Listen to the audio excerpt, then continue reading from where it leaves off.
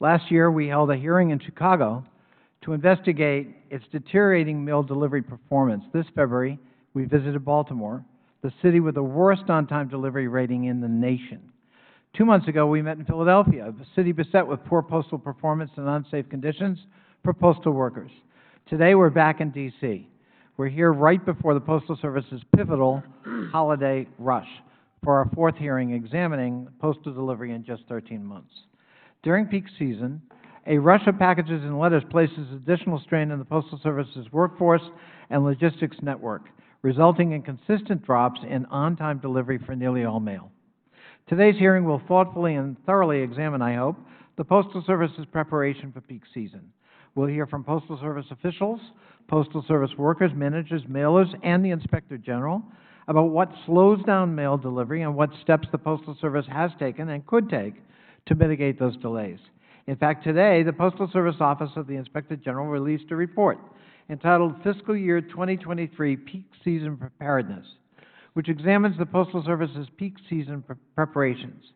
We look forward to hearing insights from Inspector General Hull. Families, businesses, and communities rely on the mail year-round, and in particular during peak season. Our subcommittee aims to ensure that the Postal Service is taking all steps possible to deliver this holiday season.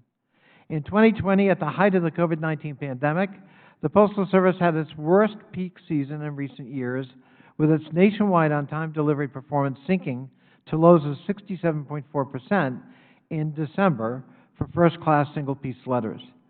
Fortunately, nationwide on-time delivery performance improved during the following year. While we certainly recognize this progress, some of the improvement is the result of the Postal Service's own changes to delivery standards, making it easier for them to meet lower standards. Cost-effective, reliable service is vital to the Postal Service's long-term survival. Late or lost deliveries can humbug the holiday spirit in the short term and may drive mailers away in the long term. The Postal Service is preparing for this year's peak season by hiring seasonal employees, leasing additional facilities, and taking other measures, and that's good.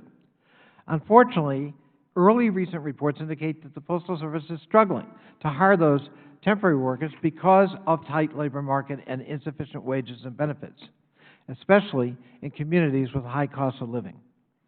Failure to meet these targets puts additional strain on frontline employees, mail handlers, managers, and those along the mail supply chain.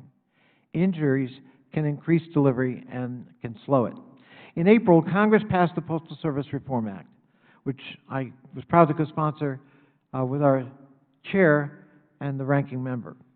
This once-in-a-generation legislation puts the Postal Service on the path to financial solvency. In fact, just last week, the Postal Service reported that the bill added $57 billion to fiscal year 2022 revenue. It's our job in Congress to make certain the Postal Service uses its new authorities and seizes opportunities to grow its product line and customer base. Congress remains poised to ensure that the Postal Service executes its new responsibilities appropriately.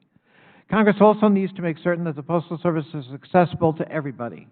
We must ensure that rate increases for shipping mail and packages do not make the Postal Service a service for the privileged.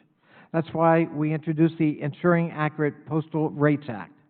This bill would require the Postal Regulatory Commission to reconsider if the Postal Service needs increased rate-making authority when accounting for the positive financial effects of the Postal Reform Act. The Postal Service has a statutory obligation to deliver the mail to 163 million households across the country every day. Peak holiday season should be the time for the Postal Service to showcase its ability to deliver for this nation.